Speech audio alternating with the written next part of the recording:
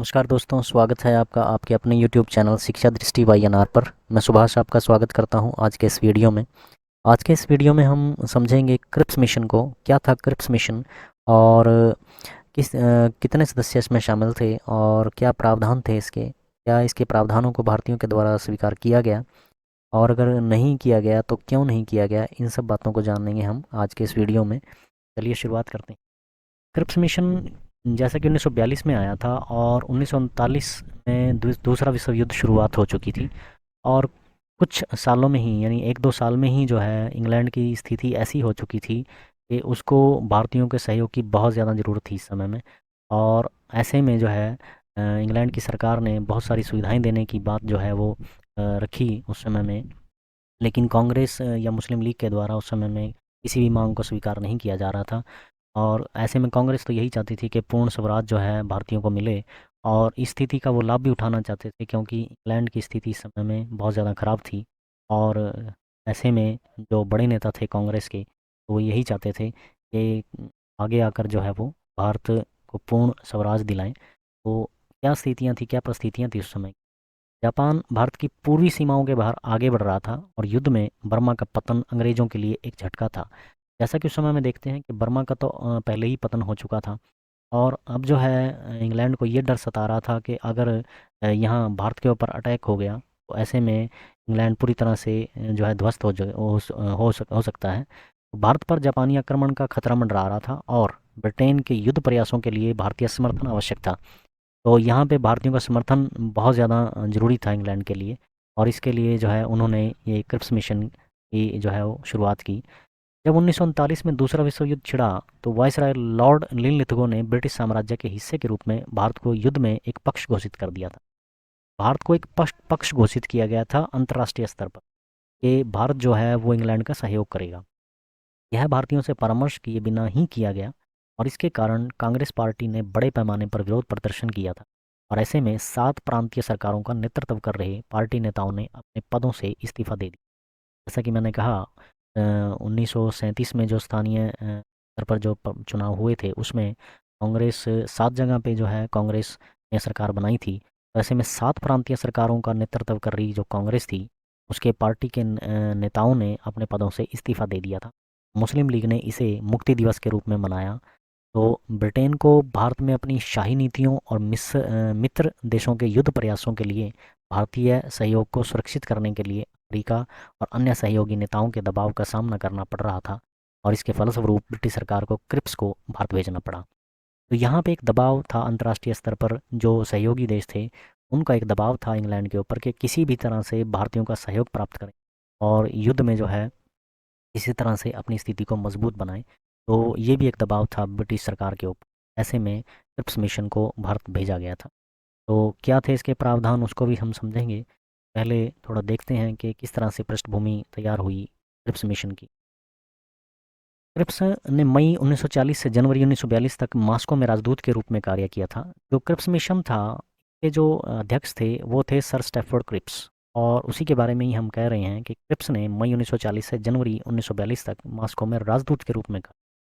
इसके बाद वो ब्रिटिश युद्ध मंत्रिमंडल में शामिल हुए, जिसकी ओर से उन्होंने ग्रेट ब्रिटेन और भारत के बीच बातचीत का संचालन किया।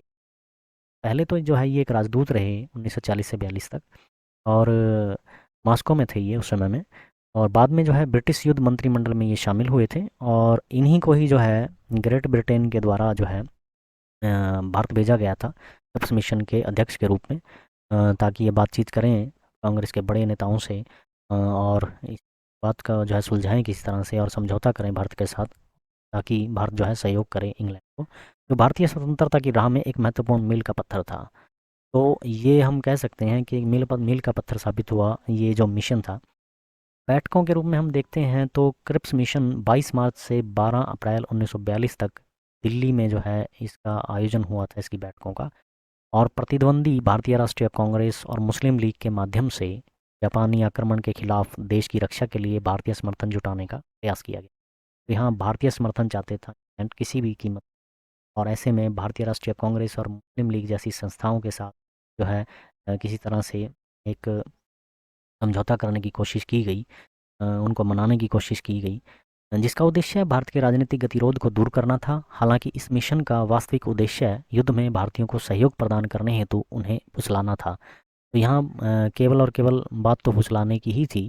तो किसी तरह से फुसला करके भारतीयों को जो है युद्ध में धकेल दिया जाए और सहयोग उनका प्राप्त किया जाए, अपनी स्थिति को मजबूत किया जाए, यही चाहता था इंग्लैंड। तो उसके चलते जो है कुछ सुविधाएं देने की बात इन्होंने की भारतीयों को, लेकिन पूर्ण स्वराज की बात यहाँ नहीं की गई थी। तो क्या प्रावधान थे उनको हम समझेंगे। सर क्रिप्स ब्रिटिश युद्ध मंत्रिमंडल के सदस्य भी थे तथा उन्होंने भारतीय राष्ट्रीय आंदोलन का सक्रियता से समर्थन किया था। बेशक वो भारतीय राष्ट्रीय आंदोलन का समर्थन कर रहे थे, लेकिन वो थे तो इंग्लैंड से ही ना, और युद्ध मंत्रिमंडल के सदस्य थे। तो ऐसा नहीं था कि उनके जो है वो समर्थन करते भारतीय राष्ट्रीय आंदोलन का और उनसे जो है जो कांग्रेस के बड़े नेता थे या मुस्लिम लीग थी या भारतीय थे वो उनसे सहयोग कर लेते। ऐसा तो बिल्कुल ही नहीं हो सकता। तो कांग्रेस की ओर से जवाहरलाल नेहरू और मौलाना अबुल कलाम आज़ाद को क्रिप्स मिशन के संदर्भ में शिक्षण एवं विचार विमर्श हेतु अधिकृत किया गया था। तो कांग्रेस की ओर से जो प्रतिनिधित्व कर रहे थे इन बैठकों में, वो थे जवाहरलाल नेहरू और मौलाना अबुल कलाम आज़ाद। तो उनको ही आगे किया गया था ताकि वो जो है विश्लेषण करें उन सब बातों का जो क्रिप्स मिशन के द्वारा कही जा रही हैं। वार्ता की विफलता ने सरकार और कांग्रेस के बीच दूरियां बढ़ा दी। तो ये वार्ता जो थी वो सफल नहीं हो पाई और ऐसे में सरकार और कांग्रेस के बीच दूरियां और ज़्यादा बढ़ गई। और अगस्त में एक संकट पैदा हो गया जब कांग्रेस नेता महात्मा गांधी और कांग्रेस कार्यसमिति की गिरफ्तारी के साथ एक अल्पकालिक वामपंथी विद्रोह शुरू हो गया। तो ऐसे में जब गिरफ्तारियां हुई कांग्रेस कार्यसमिति की और या महात्मा गांधी को भी जब गिरफ्तार करने की बात आई, तो ऐसे में बहुत बड़ा संकट पैदा हुआ और वामपंथी विद्रोह की शुरुआत उस समय। अब इसके जो सदस्य थे, हम सदस्यों को अगर देखते हैं तो मिशन का नेतृत्व सर स्टैफर्ड क्रिप्स ने किया और इसके जो अध्यक्ष थे सर स्टैफर्ड क्रिप्स थे। लॉर्ड प्रिवी सील उनके साथ थे।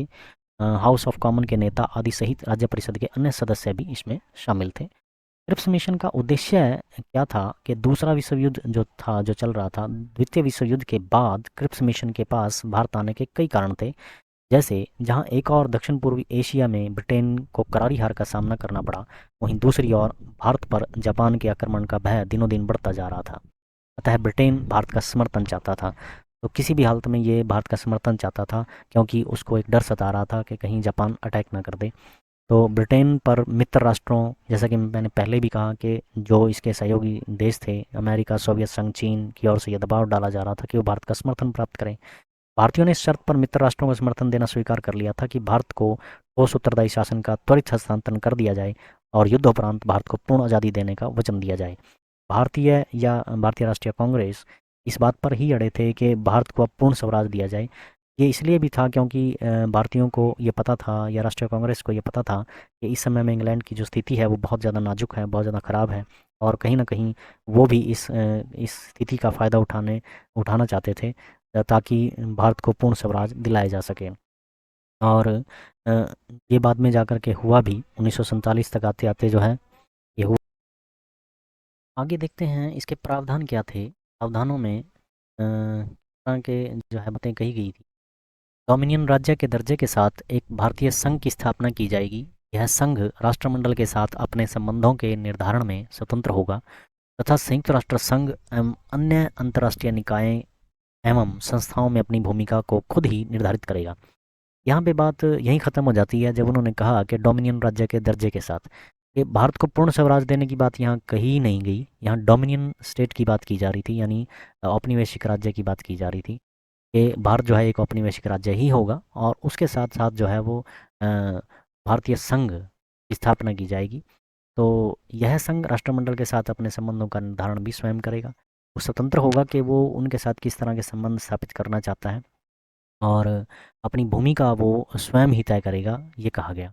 तो युद्ध की समाप्ति के बाद नए संविधान निर्माण हेतु संविधान निर्मात्री परिषद का गठन किया जाएगा।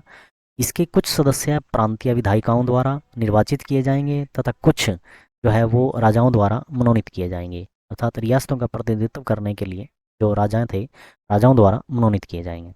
तो इन्होंने ये कहा कि युद्ध के बाद जो है एक संविधान सभा बनाई जाएगी और उस संविधान सभा का जो निर्वाचन किया जाएगा वो प्रांतीय विधायिकाओं द्वारा निर्वाचित जो सदस्य थे उनके द्वारा और रियासतों का जो प्रतिनिधित्व करने वाले जो राजा थे उनके द्वारा मनोनीत किए जाएंगे। तो यहाँ पे संविधान सभा की ज़रूर बात की गई और संविधान सभा के लिए जो चुनाव की प्रक्रिया है उसकी भी यहाँ पे चर्चा की गई। ब्रिटिश सरकार संविधान निर्मात्री परिषद द्वारा बनाए गए नए संविधान को इन शर्तों के साथ, जो है अग्रलिखित शर्तों के साथ जो है वो स्वीकार करेगा। जैसे संविधान निर्मात्री परिषद द्वारा निर्मित संविधान जिन प्रांतों को स्वीकार नहीं होगा वे भारतीय संघ से पृथक होने के अधिकारी होंगे। पृथक होने वाले प्रांतों को अपना पृथक संविधान बनाने का अधिकार होगा। देशी रियासतों को भी इसी प्रकार का अधिकार दिया जाएगा। तो ये भी जो है एक बहुत बड़ी बात यहाँ पे कही गई कि संविधान निर्मात्री परिषद अर्थात संविधान सभा जो है वो उसके द्वारा निर्मित संविधान जिन प्रांतों को स्वीकार नहीं होगा वो भारत से अलग रह सकते हैं, अर्थात भारतीय संघ से पृथक होने के अधिकारी होंगे। तो वो भारतीय संघ से अलग हो सकते हैं। पृथक होने वाले प्रांतों को ये भी अधिकार दिया गया कि वो अपने संविधान स्वयं बना सकते हैं। देशी रियासतों को भी इसी तरह का अधिकार दिया गया। तो इस तरह से रियासतें हों या प्रांत हों, कहीं ना कहीं उनको ये अधिकार दे दिया गया कि वो भारतीय संघ से अलग हो सकते हैं। तो ये हम कह सकते हैं कि यहाँ पे एक ये एक आधार तैयार किया गया कि भाई भारत का विभाजन के लिए एक आधार तैयार यहाँ पे हो रहा था। नवगठित संविधान निर्मात्री परिषद तथा ब्रिटिश सरकार सत्ता के हस्तांतरण, प्रजातीय तथा धार्मिक अल्पसंख्यकों के हितों की रक्षा के मुद्दे को आपसी समझौतों द्वारा हल करेंगे। यहाँ पे ये कहा गया कि जो संविधान सभा थी या निर्मात्री परिषद थी, ब्रिटिश सरकार सत्ता का हस्तांतरण जब करेगी या प्रजातीय और धार्मिक अल्पसंख्यकों के हितों की रक्षा के जो मुद्दे हैं उनको आपसी समझौतों द्वारा हल किया जाएगा। उक्त व्यवस्था होने तक, यानी भारत की संविधान सभा बनेगी और किस तरह से संविधान का निर्माण होगा, फिर उसका जो है वहाँ पे भारत में एक उत्तरदायी सरकार बनेगी, तब तक जो है, जब तक ये नहीं होता तब तक जो है जितने भी भारत सुरक्षा संबंधी दायित्व हैं उनका निर्वहन ब्रिटेन सरकार करेगी और देश की सुरक्षा का नियंत्रण जो है वो ब्रिटेन की सरकार के हाथों में होगा। तो वही जो है उसका नियंत्रण और निर्देशन करेगा। गवर्नर जनरल की समस्त शक्तियाँ जो है वो पूर्ववत बनी रहेंगी। यहाँ ये भी कहा गया कि गवर्नर जनरल की जितनी भी शक्तियाँ हैं वो वैसी की वैसी ही बनी रहेंगी। तो यहाँ पे इन प्रावधानों को कहीं ना कहीं हम अगर देखते हैं तो इसमें एक प्रावधान तो हमें कुछ लगता है कि जैसे इसमें कहा गया संविधान सभा बना सकते हैं और उसके चुनाव की बात की गई, उसके निर्वाचन की बात की गई ये सदस्यों के। तो बाकी को हम देखते हैं तो कहीं न कहीं यही दिखाई देता है कि कहीं बाँटने की बात की जा रही है, कहीं भारत को उपनिवेश बनाने की बात की जा रही है, तो कहीं कहीं पे भी पूर्ण स्वराज की बात का ज़िक्र ही नहीं है। तो यही कारण रहे कि इसको बाद में जाकर के कांग्रेस या मुस्लिम लीग ने अस्वीकार भी कर दिया था। तो उनको भी जानते हैं हम क्या कारण थे। हाँ, ये देख लेते हैं कि पहले के प्रस्ताव से ये किस तरह से भिन्न नज़र आता है। क्रिप्स मिशन के प्रस्ताव इसके पूर्ववर्ती प्रस्तावों से अनेक अर्थों में भिन्न थे। संविधान के निर्माण का अधिकार अब वास्तविक तौर पर भारतीयों के हाथों में था। कहीं न कहीं जैसे मैंने कहा संविधान के निर्माण की जो बात की गई थी, तो ये एक प्रावधान नज़र आता है कि जो दूसरे प्रावधानों से थोड़ा-सा डिफरेंट था या अलग था। संविधान निर्मात्री सभा के गठन हेतु एक ठोस योजना बनाई गई थी। तो उसके जो सभा थी, संविधान सभा थी, उसके निर्माण के लिए एक योजना बनाई गई थी। जैसे मैंने कहा कि यहाँ पे उसके निर्वाचन की बात की गई, उसके सदस्यों के, उसके चुनाव की बात की गई। तो प्रॉपर एक चैनल यहाँ पे बताया गया कि इस तरह से जो है संविधान सभा का निर्माण होगा। प्रांतों को अपना प्रत्यक्ष संविधान बनाने का विकल्प दिया गया था। यह व्यवस्था अप्रत्यक्ष रूप से भारत का विभाजन सुनिश्चित करती थी। तो ये जो है कहीं न कहीं इनडायरेक्टली ये कहा जा रहा था कि भाई भारत का विभाजन सुनिश्चित है एक किस्म से। क्यों? इन्होंने कहा कि प्रांतों को अपना प्रत्यक्ष संविधान बनाने का विकल्प यहाँ पे जो दिया इन्होंने कि वो अपना संविधान बना सकते हैं और वो चाहें तो भारतीय संघ से अलग हो सकते हैं। तो ये जो था अप्रत्यक्ष रूप से कहीं न कहीं भारत के विभाजन को ही सुनिश्चित करता था प्रावधान। स्वतंत्र भारत के लिए ये अधिकार सुनिश्चित किया गया था कि उसे राष्ट्रमंडल से पृथक होने का अधिकार होगा। तो भारतीयों को प्रशासन में भागीदारी का भरपूर अवसर प्रदान किया जाना, ये सुनिश्चित किया गया था। तो ये देखते हैं इसकी असफलता के कारण क्या थे, क्यों ये असफल हुआ।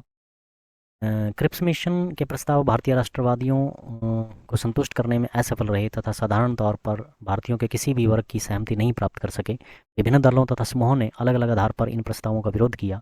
कांग्रेस ने भी निम्न आधारों पर प्रस्तावों का विरोध किया था। तो कांग्रेस ने किस आधार पर जो है इसका विरोध किया? भारत को पूर्ण स्वतंत्रता के स्थान पर डोमिनियन स्टेट का दर्जा दिए जाने की व्यवस्था यहाँ पे की। तो पूर्ण स्वराज की बात यहाँ पे की ही नहीं, जैसा कि मैंने कहा सिर्फ और सिर्फ औपनिवेशिक स्वराज देने की ही बात की गई। देशी रियासतों के प्रतिनिधियों के लिए निर्वाचन के स्थान पर मनोनयन की व्यवस्था थी। तो यहाँ पे देशी रियासतों के प्रतिनिधि जो थे वहाँ पे उनके निर्वाचन की बात की ही नहीं, केवल और केवल मनोनयन की ही व्यवस्था की गई। यहाँ पे प्रांतों को भारतीय संघ से पृथक होने और पृथक संविधान बनाने की व्यवस्था की गई, जो कि राष्ट्रीय एकता के बिल्कुल विरुद्ध था। यहाँ पे राष्ट्रीय एकता की तो बात ही नहीं हो रही थी, यहाँ पे तो तोड़ने की बात की जा रही थी और भारत के विभाजन का ही एक आधार तैयार किया जा रहा था। जैसे कि यहाँ किया गया, कि कहा गया कि भारतीय संघ से पृथक होने का अधिकार था प्रांतों को, और वो अपना जो है वो संविधान भी बना सकते थे। तो ये व्यवस्था इसीलिए की जा रही थी ताकि जो है लोगों को डाइवर्ट किया जा सके कि वो जो है अपना अलग से राज्य स्थापित कर सकते हैं। सत्ता के त्वरित हस्तांतरण की योजना का अभाव था। प्रतिरक्षा के मुद्दे पर वास्तविक भागीदारी की व्यवस्था का न होना, यानी सत्ता के हस्तांतरण की जो बात थी, यानी तुरंत हस्तांतरण किया जाएगा ऐसी कोई बात यहाँ नहीं की गई कि हम सत्ता का हस्तांतरण कर देंगे और स्वतंत्र कर देंगे भारत को। प्रतिरक्षा के मुद्दे पर वास्तविक भागीदारी की व्यवस्था नहीं थी यहाँ पे, कि भागीदारी सुनिश्चित की जाए भारतीयों की। गवर्नर जनरल की सर्वोच्चता पूर्ववत थी, कि गवर्नर जनरल की जो शक्तियाँ थी उसमें कहीं कोई फेरबदल नहीं था, वो वैसी की वैसी बनी रही। गवर्नर जनरल को केवल संवैधानिक प्रमुख बनाने की मांग को स्वीकार न किया जा। इस तरह से जो है ये असफल हुआ। इसमें जो प्रावधान थे वो कहीं पे भी ऐसी कोई पूर्ण स्वराज की बात नहीं थी और कहीं पे भी कोई स्वतंत्रता की बात नहीं की गई थी। तो इसी वजह से जो है ये असफल हुआ। मुस्लिम लीग द्वारा स्वीकार क्यों नहीं किया गया इसको? तो मुस्लिम लीग ने भी क्रिप्स मिशन के प्रस्तावों को अस्वीकार कर दिया। इसके लिए निम्न तर्क दिए। एकल भारतीय संघ की व्यवस्था का ना होना, एकल भारतीय संघ की व्यवस्था का होना उसे स्वीकार नहीं था। संविधान निर्मात्री परिषद के गठन का जो आधार सुनिश्चित किया गया था वह उसे स्वीकार नहीं था। प्रांतों के संघ से पृथक होने और पृथक संविधान बनाने की जो विधि निर्धारित की गई थी उससे भी लीग असहमत थी। प्रस्तावों में मुसलमानों के आत्मनिर्धारण के सिद्धांत तथा पृथक पाकिस्तान की मांग को नहीं स्वीकार किया गया था। सबसे बड़ा कारण तो यही था कि पाकिस्तान की मांग को यहाँ स्वीकार नहीं किया गया था। एक ही मांग थी मुस्लिम लीग की, वो थी पाकिस्तान बने भारत से अलग होकर और मुसलमानों के लिए एक अलग राज्य स्थापित किया जाए। मेन तो यही था मुख्य रूप से एक कारण जो इसको स्वीकार नहीं थे इसके प्रावधान। तो खैर ये कुछ प्रावधान थे इसमें, और क्या कारण थे उसके कि मुस्लिम लीग और कांग्रेस ने इसको अस्वीकार कर दिया। अब क्रिप्स द्वारा प्रस्तावों से आगे आकर भारतीयों का विश्वास जीतने की असफलता, उनका ये कहना कि इसे स्वीकार करो या छोड़ दो, गतिरोध के सबसे प्रमुख कारण थे। आगे आकर उसने ये भी कहा कि इसे स्वीकार करो या छोड़ दो। तो पहली बात तो ये भारतीय का विश्वास ही नहीं जीत पाए, ऊपर से ये बात कही कि इसे स्वीकार करो या छोड़ दो, गतिरोध का सबसे प्रमुख कारण रहा। प्रारंभ में क्रिप्स ने मंत्रिमंडल के गठन तथा राष्ट्रीय सरकार की स्थापना की बात कही थी, लेकिन बाद में वो इस बात से भी मुकर गए। बाद में वे अपनी बातों से मुकरे और कहने लगे कि उनका आशय केवल कार्यकारिणी परिषद के विस्तार से था। प्रांतों के विलय या पृथक होने की व्यवस्था का प्रावधान अस्पष्ट था। तो ऐसे में महात्मा गांधी और जवाहरलाल नेहरू ने इसके बारे में क्या कहा? महात्मा गांधी ने क्रिप्स प्रस्तावों पर टिप्पणी करते हुए कहा कि आगे की तारीख का चेक था जिसका बैंक नष्ट होने वाला था।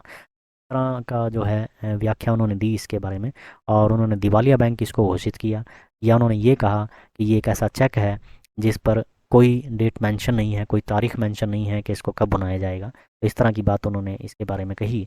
जवाहरलाल नेहरू ने क्रिप्स प्रस्तावों के संबंध में कहा कि क्रिप्स योजना को स्वीकार करना भारत को अनिश्चित खंडों में विभाजित करने के लिए मार्ग प्रशस्त करना था, कि भारत को अनिश्चित खंडों में विभाजन करने के लिए ये एक मार्ग प्रशस्त करता है और कुछ नहीं है क्रिप्स मिशन।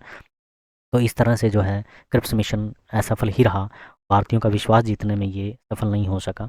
तो आगे बात करेंगे वेवल योजना की और कैबिनेट मिशन की।